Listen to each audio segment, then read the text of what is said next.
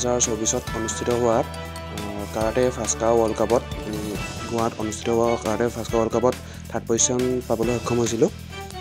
তাত মোটামুটি 18খন দেশৰ ফাইটাৰ আহি পিনি খেলত যোগদান কৰিছিলেহি। তাৰ ভিতৰত মই 15-16 কেটেগৰীত থাৰ্ড পজিশ্যন পাবলৈ সক্ষম হ'লোঁ।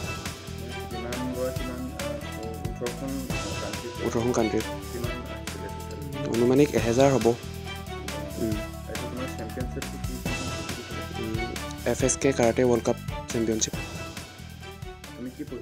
মই ক্লাছ 9ত পঢ়ি আছোঁ, বৰপাত্ৰদৌল হাইস্কুল।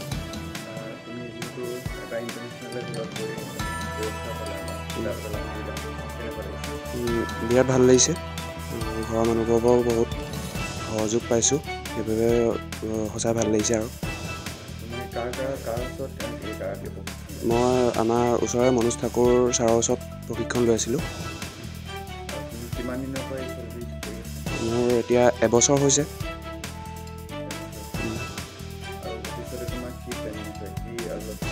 ভৱিষ্যতে ভালদৰে পঢ়া শুনা কৰি এজন ভাল মানুহ হোৱাই লক্ষ্য। খেলৰ জৰিয়তে ভৱিষ্যতে আৰু ইয়াতকৈও ভাল ভাল খেল আছে, এইবোৰ সকলোতে যাতে যোগদান কৰিবলৈ সুবিধা পাওঁ, সেয়াই আশা আছে। নাই, এবাৰ প্ৰথম খেলিছোঁ এখন। হয়।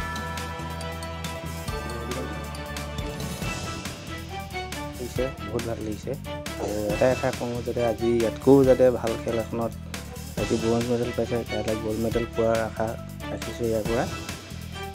কিমানজন ল'ৰা ছোৱালী তুমি এতিয়া প্ৰশিক্ষণ দি আছা? মই এতিয়া 13জন ল'ৰা ছোৱালী প্ৰশিক্ষণ দি আছোঁ। মোৰ আগতে এটা আছিলে নামটি কাৰাটে একাডেমি বুলি, তাৰ পৰা বহুত ল'ৰা উলিয়ালোঁ, আৰু এতিয়া তাত ল'ৰা মানে ধৰক নিজৰ সংস্থাপনো পালে।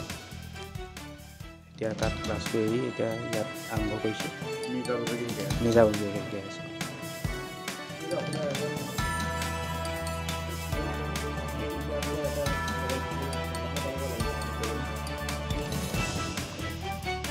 আৰু বৃত্তি হিচাপে মই যথেষ্টখিনি আনন্দিত হৈছোঁ, আৰু মই ভৱিষ্যতেও ইয়াতকৈও সুফল অৰ্জন কৰিবলৈ সক্ষম হ'বলৈ তাক মোৰ অন্তৰৰ পৰা আশীৰ্বাদ জনাইছোঁ।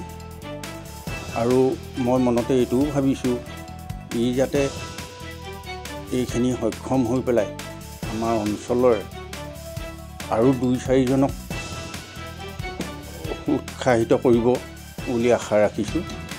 মোৰ মনৰ ভাৱ এইখিনি। পঢ়া শুনাৰ ক্ষেত্ৰত কেনেকুৱা আৰু কি ধৰণে মেনেজ কৰা? পঢ়া শুনাৰ ক্ষেত্ৰত ঘৰত পঢ়া শুনা কৰিবলৈ মই খুব জোৰ দিওঁ, আৰু সেইমতে টিউশ্যনো দিয়াইছোঁ। মই খালি ইয়াক এইখিনিকে কওঁ, পঢ়াটো খুব গুৰুত্ব দে আৰু খেলতো গুৰুত্ব দে, তাৰ বাহিৰে বাকী মই চিন্তা কৰিবলৈ তাক নিৰ্ভৰ দিছোঁ।